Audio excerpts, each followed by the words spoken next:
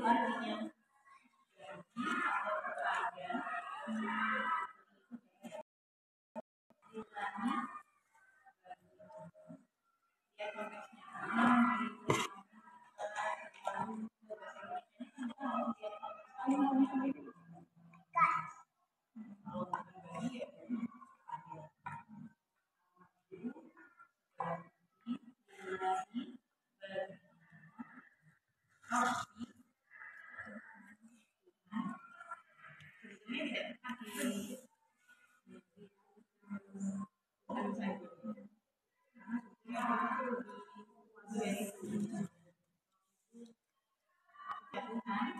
yang dimakan, yang miskin, yang merawat, yang makhluknya itu.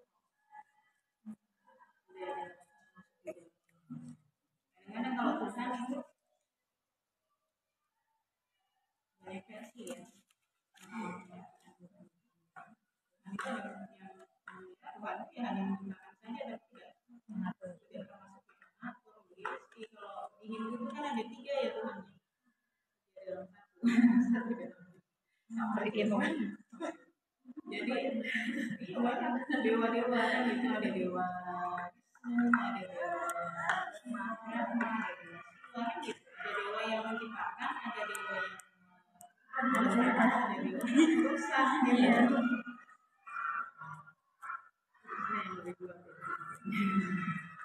Nah, itu sudah masuk ke dalamnya ya, di dalam semuanya akan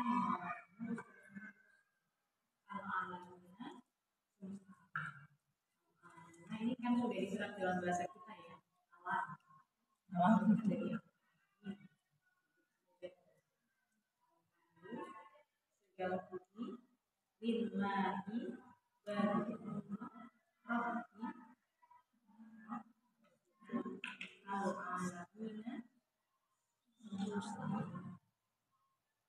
ini ya, alhamdulillah lillahi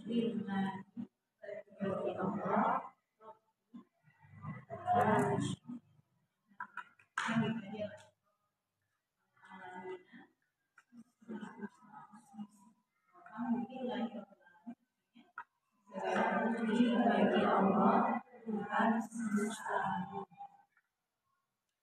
Ini semuanya kayak gitu ya. Jadi lama-lama itu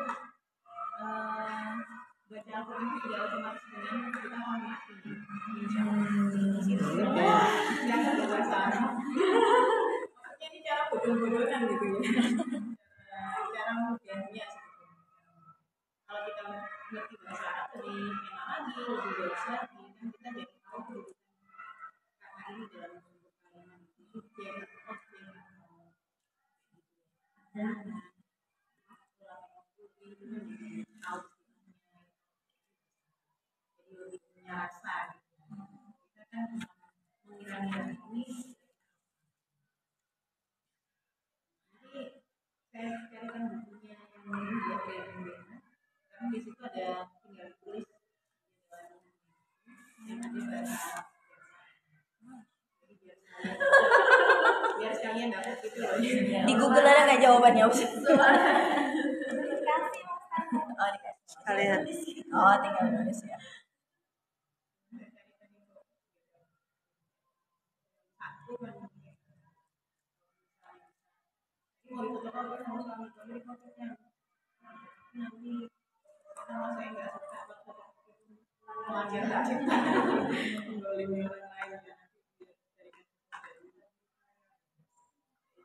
Dari sini nggak ada jadi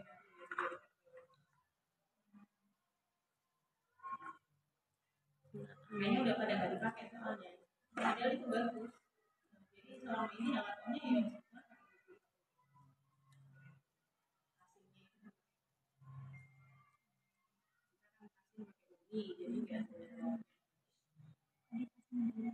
ini ada anak-anak yang sudah Al-Quran ada turjuman itu juga metodenya sama Bismi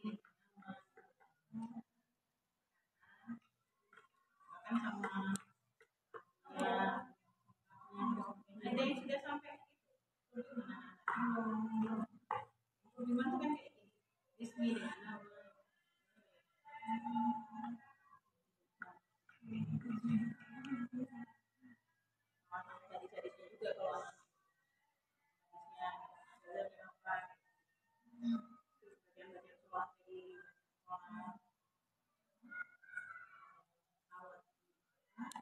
dalilnya apa kanan itu dalilnya apa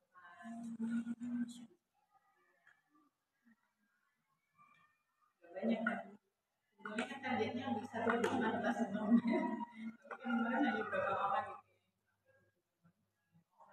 gitu udah mau yuk aku nggak kelas 6 sambil maksudnya ya jadi anak itu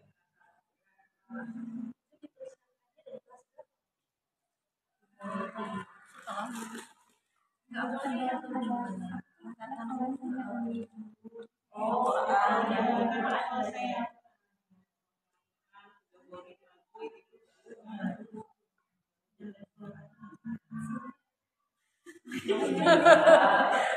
Rasa kayak S3 ini lagi ya menurut cuma juga ada di Bunda itu Bunda ada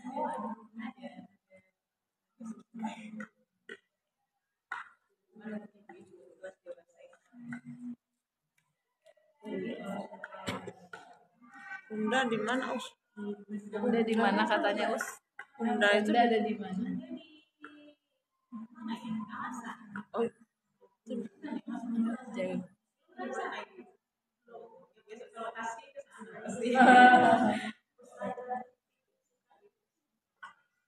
Pas dari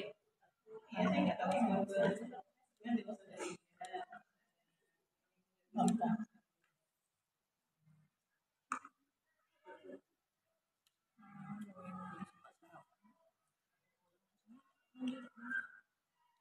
Kita ulangi alfabet ini dari bismillah dan alhamdulillah. Bismi dengan nama Allah yang maha pengasih al-Rahim yang maha penyayang. Itu dibacanya lengkap itu ya. Kalau digandeng kan hilang ya. Kan Ar-Rahman itu jadinya Rahmani gitu ya. Jadinya jadi Ar-Rahman. Alhamdulillah segala puji lillahi bagi Allah Rabbi Tuhan al-alamin semesta.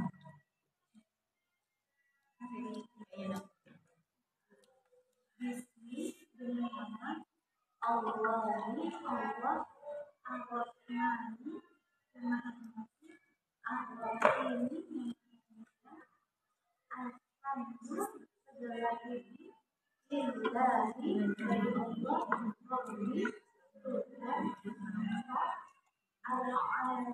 al-alamin semesta alam.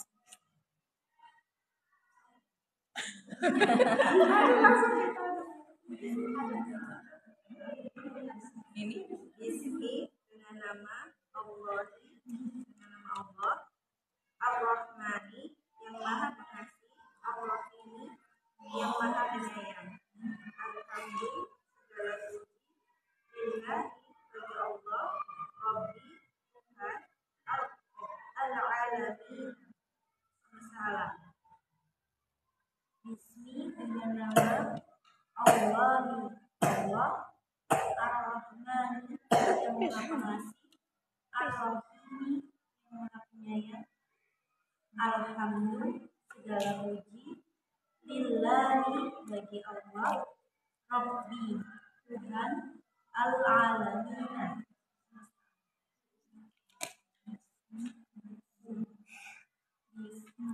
Bismi dengan nama Allah Ar-Rahmani yang maha pengasih Ar-Rahimi yang maha penyayang. Alhamdulillah segala puji lillahi bagi Allah Rabbi Tuhan al-alamin semesta alam. Bismi dengan nama Allahi Allah Ar-Rahmani yang maha pengasih Ar-Rahimi yang maha penyayang. Alhamdulillah segala puji lillahi bagi Allah Rabbi Tuhan al-alamin semesta alam. Bismi dengan nama Allahi Allah Ar-Rahmani Maha Pengasih Ar-Rahimi Maha Penyayang.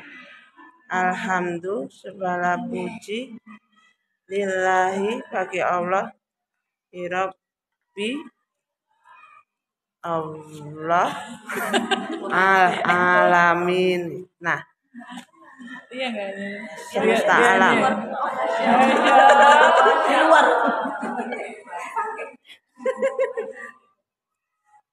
Udah. Bismi dengan nama Allah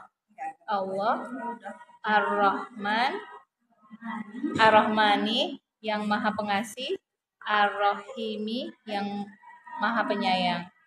Alhamdulillah segala puji lillahi bagi Allah Rabbi Tuhan al-alamina seluruh semesta alam.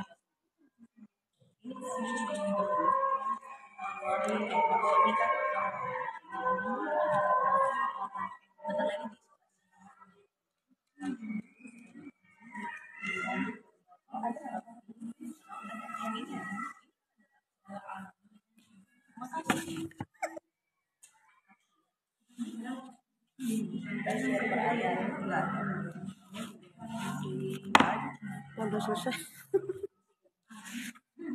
Insya Allah seterusnya lebih gampang karena kata-kata yang ada di sekolah itu akan sering kita temukan di halaman-halaman buku. Itu banyak pengumuman, gambarnya sedikit. Luar biasanya tambah halaman itu nanti nggak akan banyak tambahnya. Halamannya sudah kayak gitu kan. Lagi sama beli gitu ya. Lagi ketemu lagi.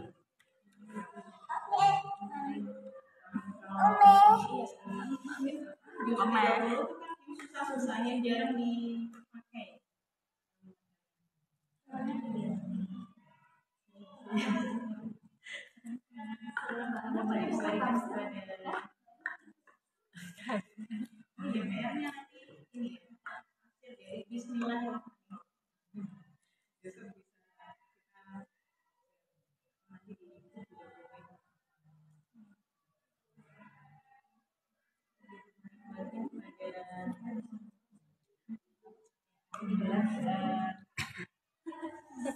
Selamat datang kepada yang baru. Tadi ada beberapa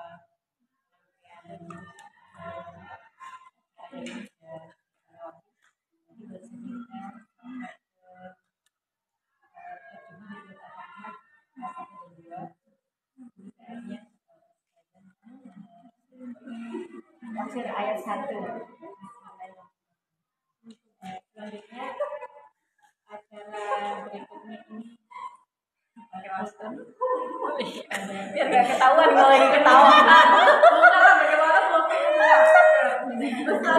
Ustazah saya tuh latihan sama suami. Kenapa tangannya di sini? Tangan kan di sini. Tadi malam ya tempat kami. Tadi malam tuh latihan dia ngekek. Yang ngekek siapa? Oh. Sekarang nggak pakai masker. Ustazah saya ngeliat dari Google ya Ustazah. Udah ketutupan HP. Nggak usah. Sudah. Bukan nggak boleh open book. Biar kalau ketawa itu Ustazah nggak lihat. Ada foto, mau di foto. Lagi pas gini maksudnya atau pas nanti. Jadi mau foto di video. Hah? Nggak maju. Oh iya. Oh dia mau cheese.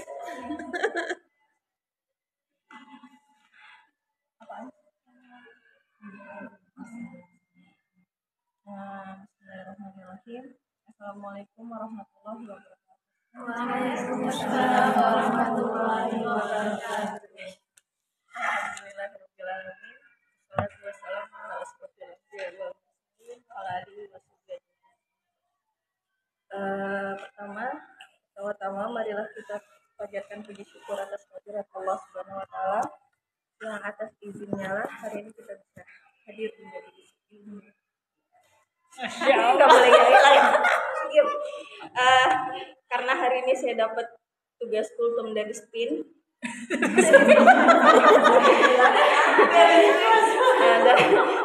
dan hasil Google ya Ustaz.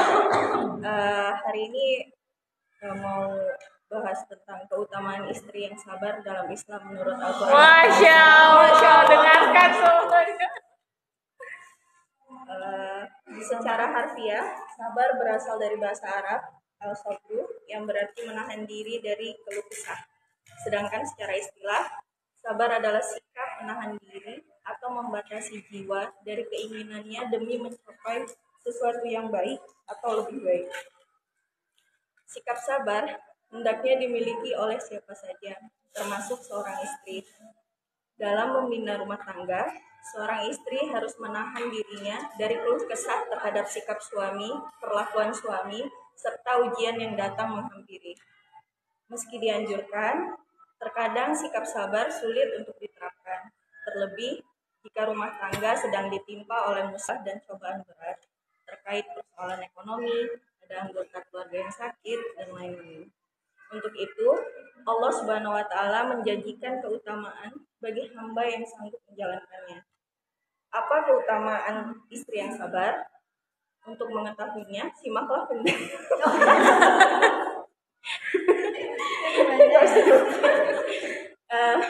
keutamaan istri yang sabar. Rasulullah Shallallahu Alaihi Wasallam menganjurkan para istri untuk bersikap sabar terhadap suaminya. Dijelaskan dalam buku Saya Menikah, Saya Kaya, Saya Bahagia, susunan Rizm Aizid. Sikap sabar dapat membuat suami merasa nyaman dan senang berada di dalam rumah. Meski tidak mudah, namun kita diperintahkan untuk tetap melatihnya. Oh, mohon maaf ya, kecepatan ya. Oke. Baca doangnya yang istri yang bersikap sabar niscaya menempati kedudukan yang utama di sisi Allah Subhanahu wa Ta'ala dan Rasul-Nya. Keutamaan istri yang sabar dalam Al-Quran dan hadis. Yang pertama, mendapatkan pahala seperti Asiyah.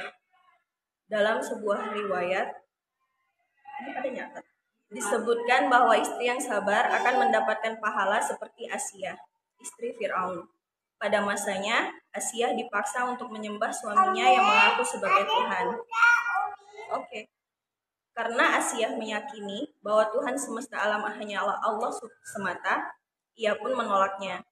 Penolakan ini membuat Asiyah mendapatkan siksa bertubi-tubi, bahkan kepalanya pernah dijatuhi sebuah batu yang berukuran sangat besar, hingga akhirnya Asiyah meninggal dunia.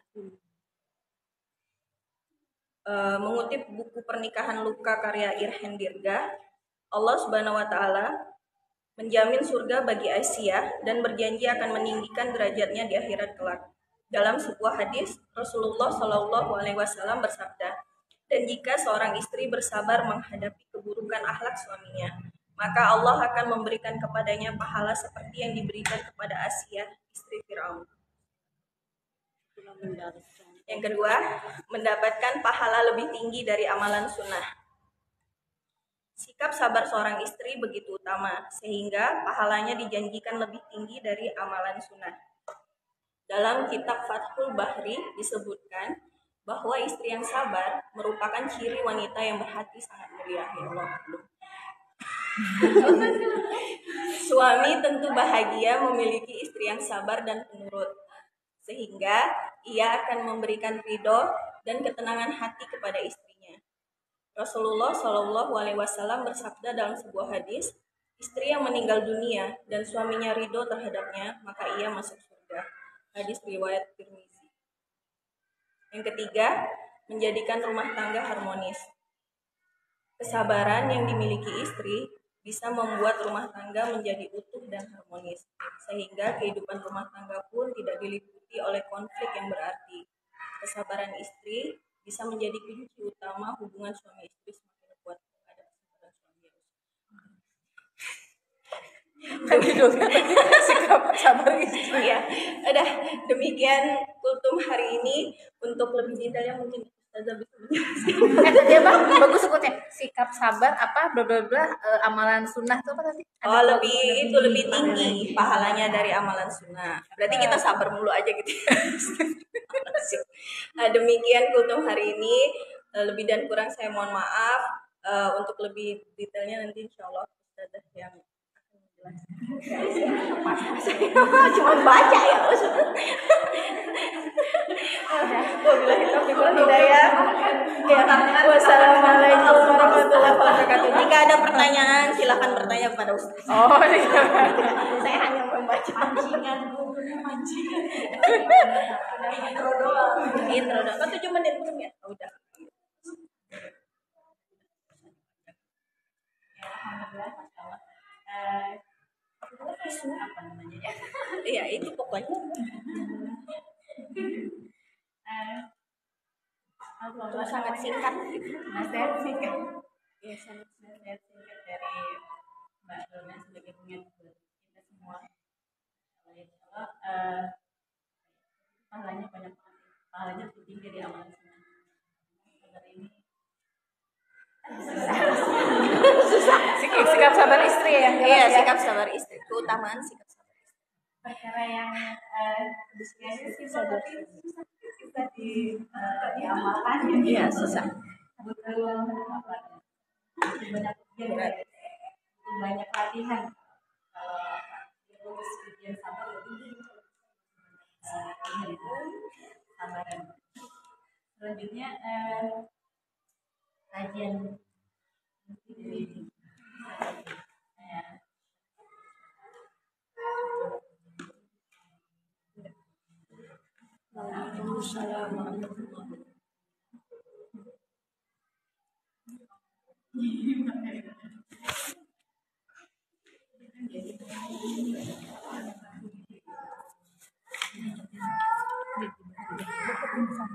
ini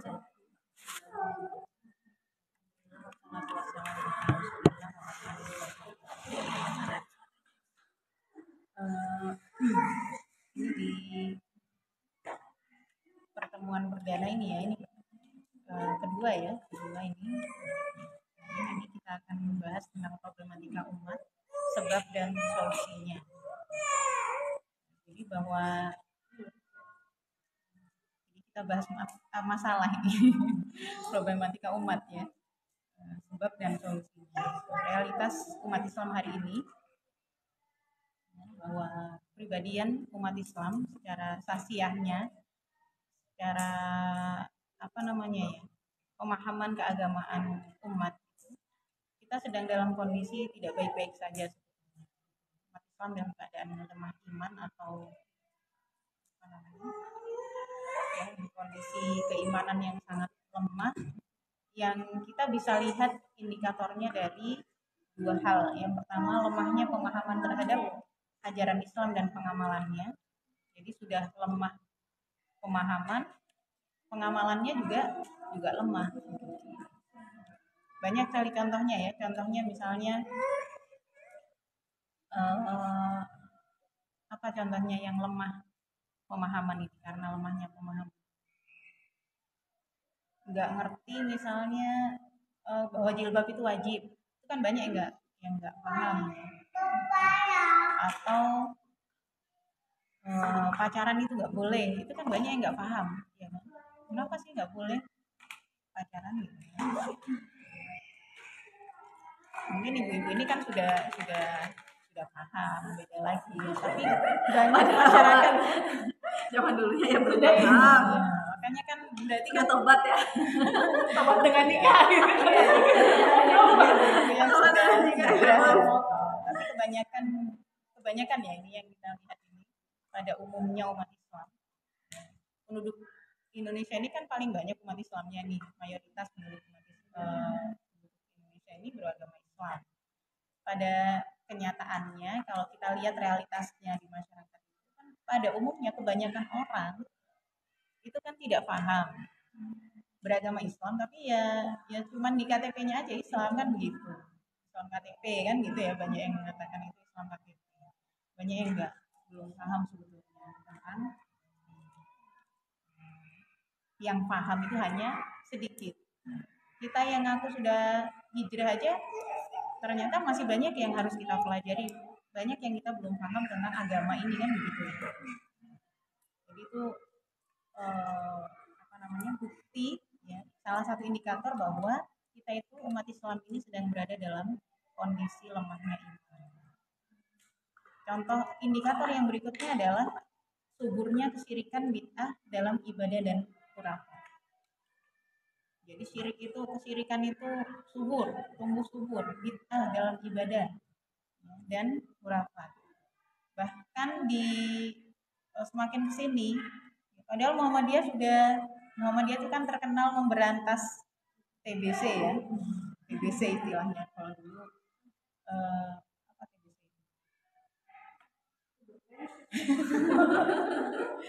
Bukan ya, apa istilahnya memberantas TBC itu?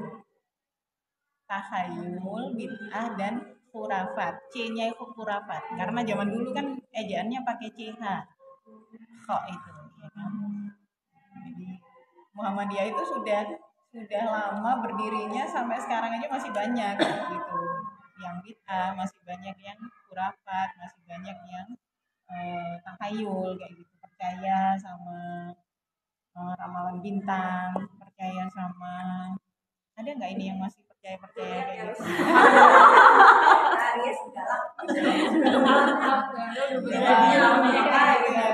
Kalau dulu sih maksudnya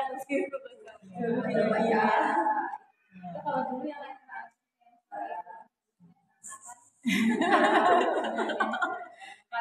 oh kalau bintangnya ini sama bintang ini berarti nggak cocok kayak gitu ya, kayak gitu kan ya, nanti bertengkar terus kayak gitu kan. Dulu kan masih percaya, atau percaya kayak gitu, ini nggak cocok ya. hitungannya kan nggak cocok, ini kan masih ada orang tua yang kayak begitu ya. Kalau saya itu nggak jadi sama calon sebelumnya ya karena hitung nggak cocok. Nggak jadi dapetnya saya. Jadi orang tua tuh masih percaya sama kayak gitu. Sampai sekarang masih ada ya kan, masih bid'ah masih banyak juga. Kayak 7 hari selamatan, 7 hari 40 hari kayak gitu itu kan sebetulnya tidak ada itu dalam agama ya, bukan perintah agama itu, tapi dianggap sebagai agama kan gitu. Terus juga rendahnya kualitas akhlak itu ada 3 indikator itu ya, rendah kualitas keadaan lemahnya iman itu, indikatornya tadi itu. Yang pertama lemahnya pemahaman dan pengamalan sekaligus pengamalannya. Yang sholat di masjid coba ada berapa itu ya kan? Paling ramai cuma Jumat aja ya. Padahal tiap kampung ada masjid itu sebetulnya ya kan? Apalagi ngaji 1 juz 1 hari misalnya, padahal itu kan minimal kata Rasulullah, harusnya ya minimal 50 ayat, minimal 1 juz gitu ya 1 hari. Nah, kenyataannya kan ya banyak yang lewat lah kayak gitu ya. Baca Al-Quran paling ya Ramadan aja, khatam itu Ramadan aja. Apalagi baca artinya, baca tafsirnya itu nggak tahu lah. Lemah terhadap ajaran Islam, suburnya tadi ya, kesyirikan, bid'ah, khurafat dan sebagainya. Kemudian yang ketiga rendahnya kualitas akhlak. Kan semakin kesini semakin banyak itu yang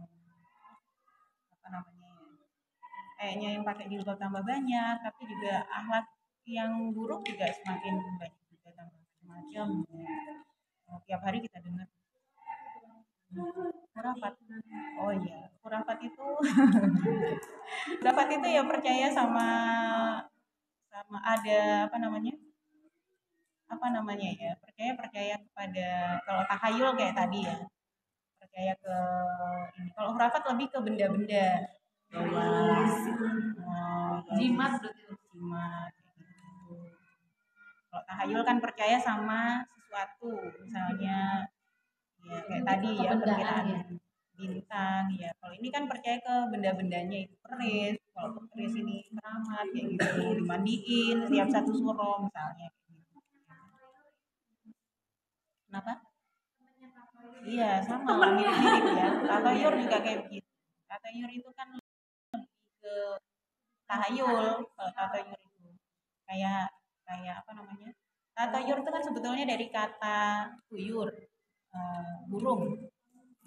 Jadi dari orang Arab jahiliyah dulu itu kalau mau pergi mau keluar itu dia melepas burung dulu gitu, larinya kemana, ke kanan atau ke kiri gitu, terbangnya kemana gitu. Kalau ke kanan oh berarti baik, lanjut jalan gitu ya. Kalau ke kiri oh berarti jelek, ini nanti terjadi sesuatu di jalan, nggak jadi pergi kayak gitu. Tatayur makanya terus dinamakan tatayur gitu ya, karena percaya sama burung tadi itu ya. Dan semua ya, semua yang mirip-mirip itu dari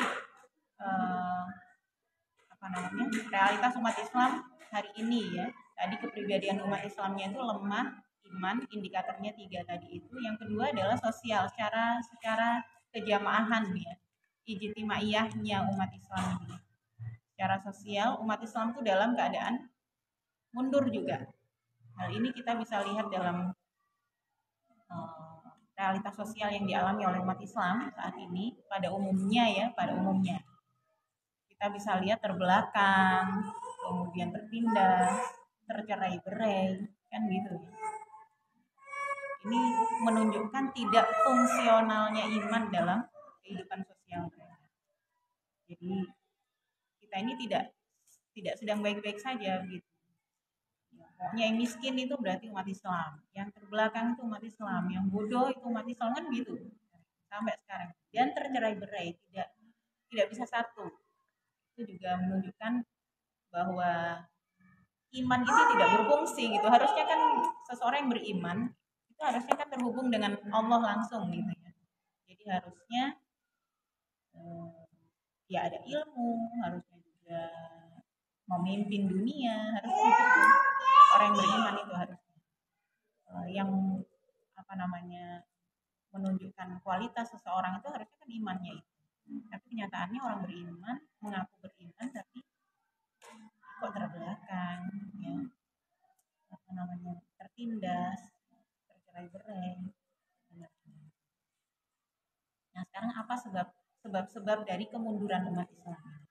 Kalau tadi ini realitasnya ya, realitasnya tadi itu secara kepribadiannya umat Islam sedang mundur ininya ya, keimanannya, lemah iman, kemudian secara sosial juga dalam keadaan mundur.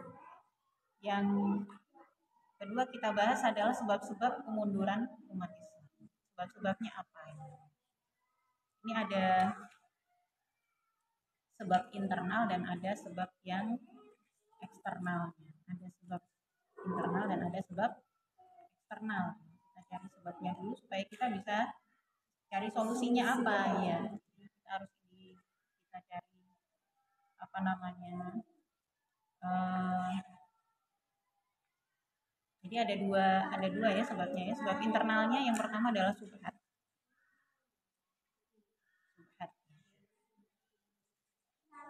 Apa itu syubhat? Apa itu syubhat? Jadi ini masalah, ini sumber apa, penyebab utama kemunduran umat Islam ya. Penyebabnya adalah secara internal itu ada syubhat ini. Syubhat itu adalah segala sesuatu yang meragukan, semua yang samar-samar, tidak jelas kehalalannya, tidak jelas kebenarannya, tidak jelas kebaikannya.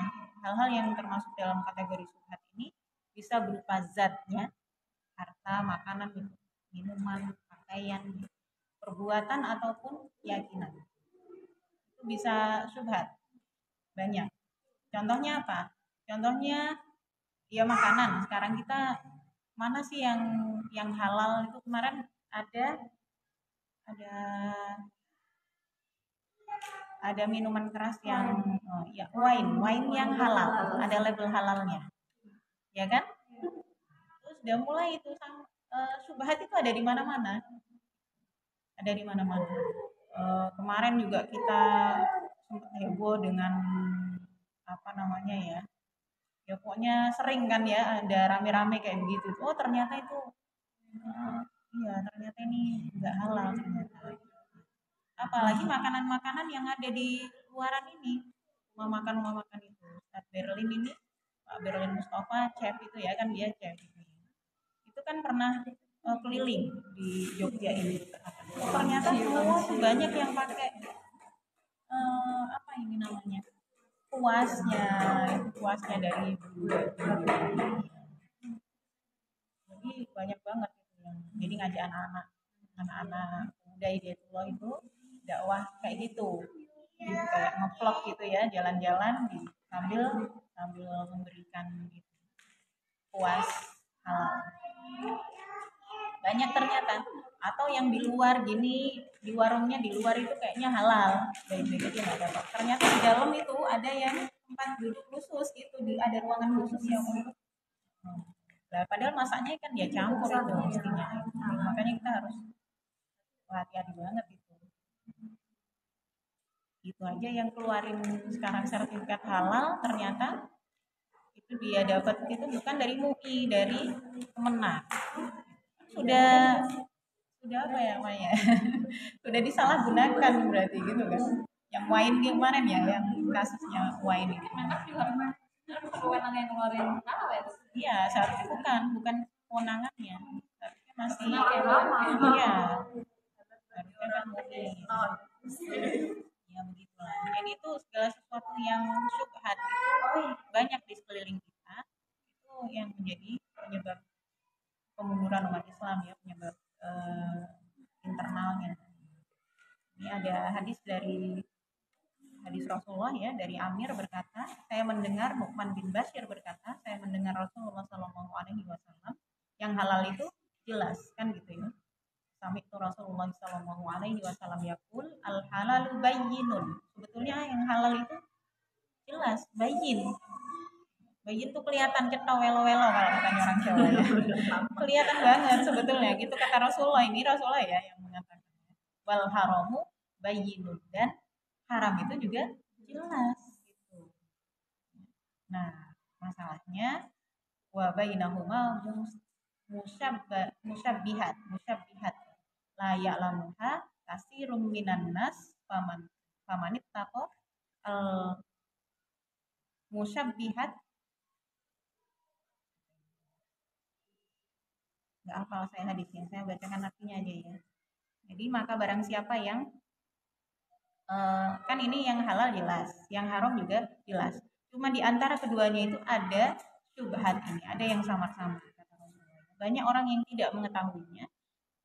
Ya, maka barang siapa yang menghindarkan diri dari yang syubhat, maka ia sudah menjaga kebersihan agama dan kehormatan dirinya. Dan barang siapa yang jatuh kepada yang syubhat, maka bagaikan penggembala yang mengembalakan ternaknya di dekat pagar orang.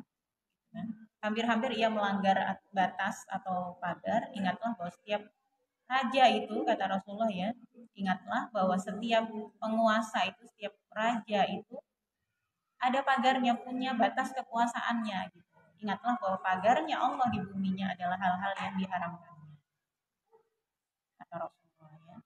Jadi yang halal itu sudah jelas, yang haram itu juga jelas. Nah di antara itu ada yang samar. Banyak orang yang tidak tahu. Maka kalau kita melepaskan diri dari yang haram, yang ragu-ragu, hadis yang lain di Rasulullah mengatakan ya, dak ma yaribuk ilama la yarib. Tinggalkan yang ragu-ragu kepada yang tidak meragukan.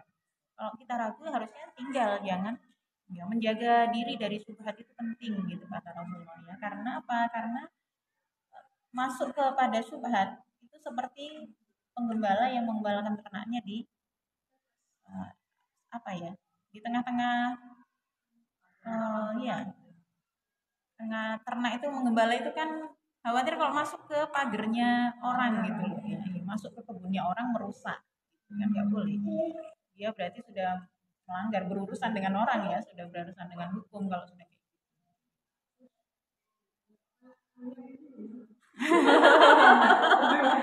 Ayamnya bahas ayamnya. Itu semangat banget. Gimana ayamnya?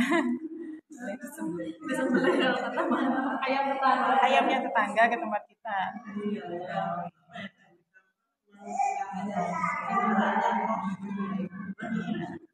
Ya bisa diklarifikasi ke tetangga ya ke ini bahwa kita terganggu dengan ayamnya, kalau bisa dikandangin kayak gitu. Iya. Kalau Pak Dani di iya kalau dari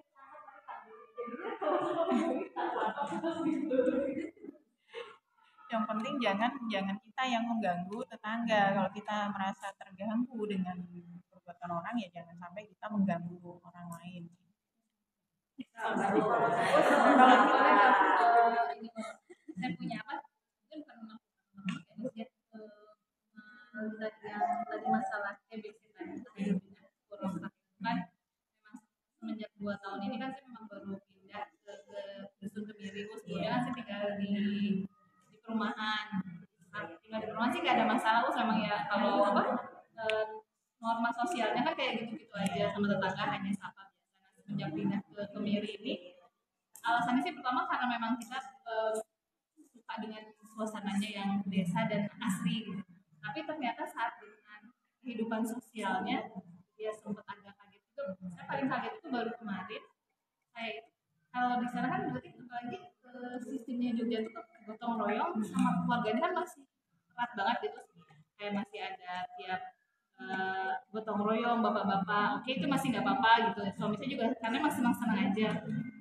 Ada beberapa kumpulan. Nah, yang paling kaget saya kemarin waktu saya harus diundang karena kalau di sana kan soalnya kalau nggak datang tuh nggak enak gitu. Jadi kadang gini, saya aja di Kemiri udah beberapa kali menghadiri takziah yang sebenarnya saya sendiri nggak kenal sama yang meninggal ini, tapi di sana yang penting tuh ketok bu, yang penting ketok jadi sampai kadang di sini kita harus pulang lagi. Nah kemarin saya tuh dijawil sama tetangga saya banyak nanti hari Sabtu ada acara nggak? Ada apa bu? Ada acara 1000 harian datang 1000 hari ya. Terus jangan lupa ngamplop. Saya kaget pasti ngamplop 1000 hari ngamplopnya berapa bu? Saya puas-puas aja tanya 1 lembar merah mbak. Nah dia yang punya aja kok kita yang harus ngamplop. Terus saya datang gitu saya juga kaget pas datang pasang tenda terus kayak gini gitu ya usia apa disuguhin makan terus udah gitu terus kita ngamplopin. Saya kira udah selesai. Saya juga kaget ini kok 1000 harian karena selama di Bandung sama saya 38 tahun kan baru ini gitu bener-bener ini. Saya nggak ser gitu cuman ya karena takut karena 1 RW kata Bu misalnya 1 RT 1 RT mbak kalau nggak 1 RT nggak jauhin mbak Anang. Habis selesai dikasih wedangan kayak kita hajar gitu terus dipersilakan makan terus saya bingung lagi nunggu pinara makan lah kok makan makan bisa kayak gini kalau di sana ini kan kalau saya datang itu gimana ya